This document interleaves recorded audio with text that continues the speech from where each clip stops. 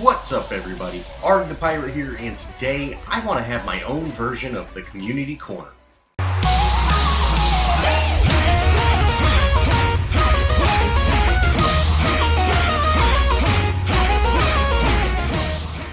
Over the past several months, we've seen a lot of changes within Paragon.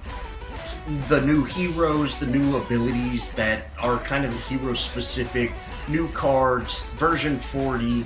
I'd like to just talk about where I see Paragon going, where it is right now, what I'd like to see, and maybe get some input from all of y'all. Alright, let's talk Paragon. So I'm very excited about the last Community Corner where they mentioned a new card fix or change coming up. I personally would really like to see a big change with the Affinities. I've noticed now more than ever, I really use a lot of universal cards. Only with certain heroes do I go, hey, I need this card. You know, for instance, Hydroverser. On every caster I have that I can use a Hydroverser, I stick one on. You know, but besides that, you know, I don't really use a whole lot of intellect. Unless I have a hero like Gadget, where, you know, I stack more mana regen on, you know, but other than that, I really stay away from intellect. There's nothing in intellect that can't be met by having some other card. You know, a burst engine is great, but I can also meet the same requirements by having a different card. I would really like to see the card Affinities have more impact on the game. You know, make it where a hero's limited to how many, you know, of this affinity you can hold. For example, Countess. Countess is growth and corruption. I have 5 corruption cards on her and 0 growth cards on her. But to be quite honest, I could run nothing but corruption cards on her, and she would have almost the exact same build. I think it would be great if we limited heroes to how many cards they can pick from the different affinities. Like Countess, she can have, you know, 4 corruption cards and, you know, 3 growth cards or something along those lines. That way you don't see people building, you know, 7 Shadow Scrolls and just upgrading them throughout the game. By limiting it, we would add an impact to deck building. Currently, every deck I have that has access to Order, I have a 10-point purity sensor on.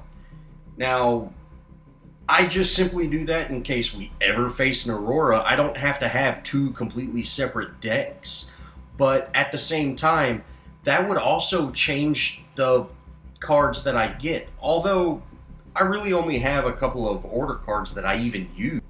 I think changing the access ability that every hero has to their affinity would add a dynamic to the game that we're just missing right now.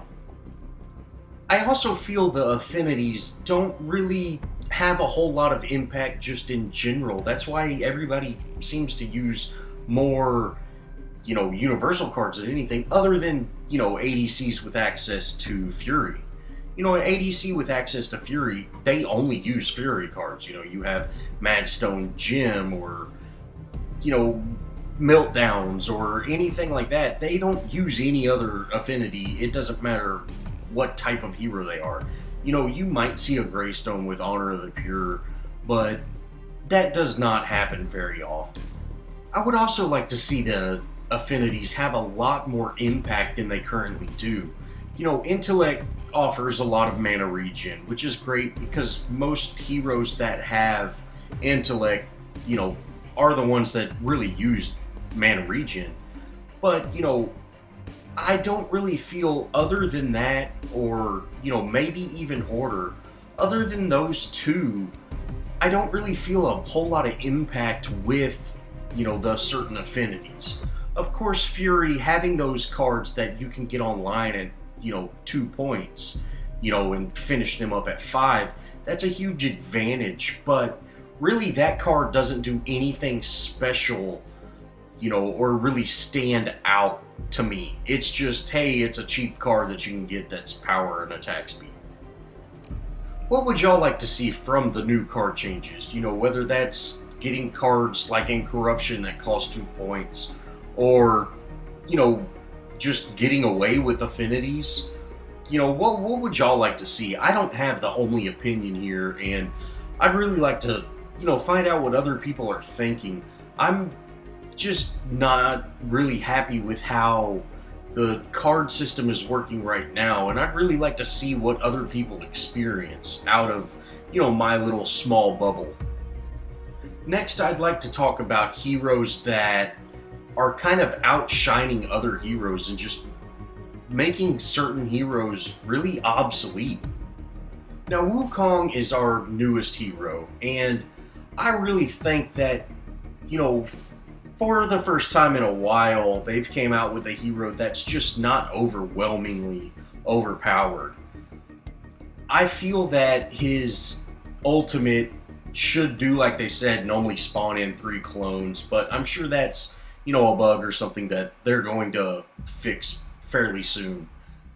But to me, the issue that really is a problem with Wukong is he has so much more abilities than really anybody else. You know, he's got his heal, his out farm, his jump away, his cloud walk, his staff slam, and his poke. You know, and not to mention his clones also lifesteal and crit and things like that. He's just got so much potential. He's got one of the best lane pushes in the game. He's got the fastest structure takedown time of any hero. He's really just a hero that's all around made other offlaners just kind of look bad. You know, and other heroes like Seraph. You know, Seraph is a melee carry that does well in off lane, but if you have the choice between Seraph and Wukong, you know, I really don't see there being an advantage to taking a Seraph. Now, this is not talking to the expert heroes. Of course, if you're in a good team comp that plays well together, that plays often together, and you're all using, you know, your 3 or 4 heroes that, you know, you play these guys and never get away from, of course Seraph is going to be amazing if she's one of your go-to heroes. But if you're like most of the community that, you know, hey, I'm going to play this guy today, or I'm going to play this guy today, you know, Seraph is really not the best hero, especially now that she can't jungle, you know, as effectively. You really need to stick to offlane or safe lane. And, you know, with going against a Wukong as a melee carry in that safe lane is very tough. And as an offlaner, you know, why wouldn't you pick Wukong? Because, you know, he's got just so much better capabilities than Seraph. Another one of these type of heroes is FaZe. You know, right now, I honestly do think FaZe is a little overtuned. You know, I do almost have her at Master, even though I have not been playing near as much for the past couple of weeks since I started making videos.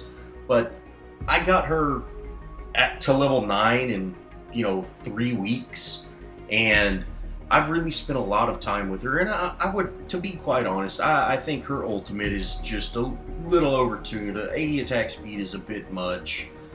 You know, I think her blind could be reduced down in time by maybe half a second.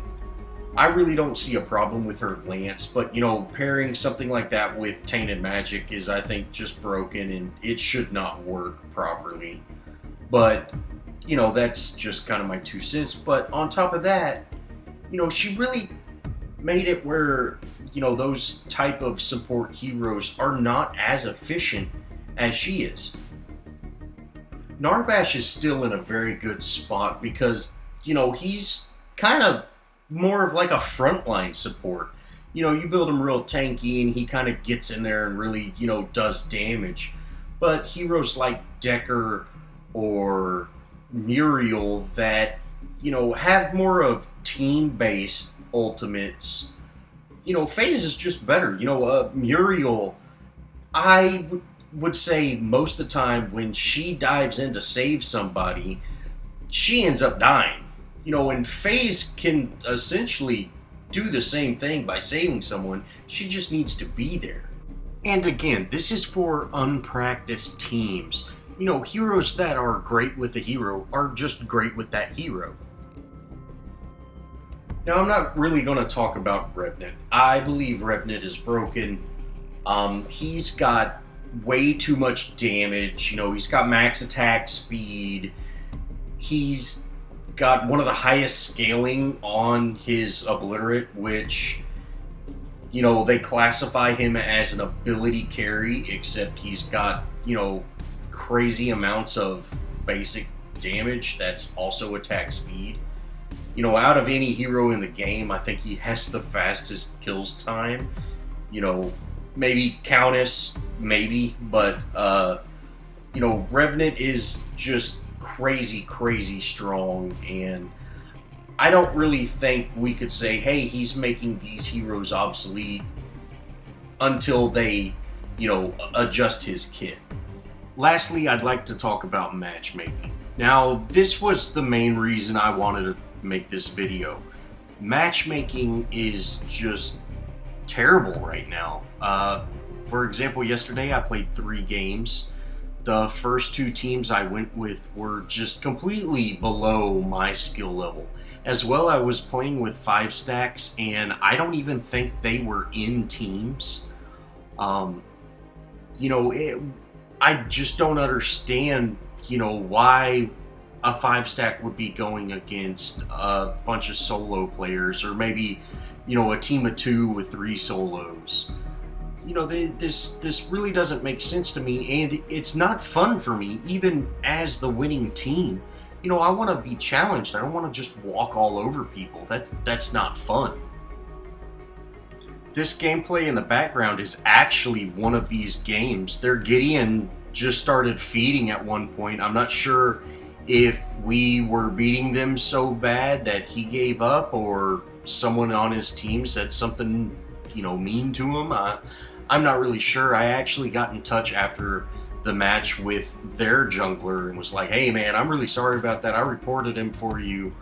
But, you know, why would he play, you know, this game if he just kind of wants, if he doesn't want to play, you know, why wouldn't he just leave instead of, you know, really making it impossible for them to win because he's just feeding kills? I've jumped ahead in the match, and you can actually see with all of our inhibs up there, Gideon's just sitting at our core, you know, doing his little dance. I leave him alone. I mean, he's fed enough. Let's just go and end this game. I'm not really into, you know, taking free kills like this. I mean, this actually makes this game unenjoyable for me. I would like to play against heroes that want to play seriously. You know, in matchmaking, by having a ranked mode and just a hey fun mode, that would really change the way this game is played. As well as, you know, hey, if you want, you can just get rid of minions and make a team deathmatch, you know, since that's the way a lot of people play this. We've been in open beta for, you know, I think a little over a year now. I'm ready for matchmaking. I'm ready for, you know, ranked mode. I'm ready for an actual ranking system that I can see and go, hey, this guy is a level above me, so I need to be, you know, more careful, or this guy's 10 levels below me, you know, I need to adjust how I'm playing to deal with him. I really think that would bring this game into what it needs to turn into.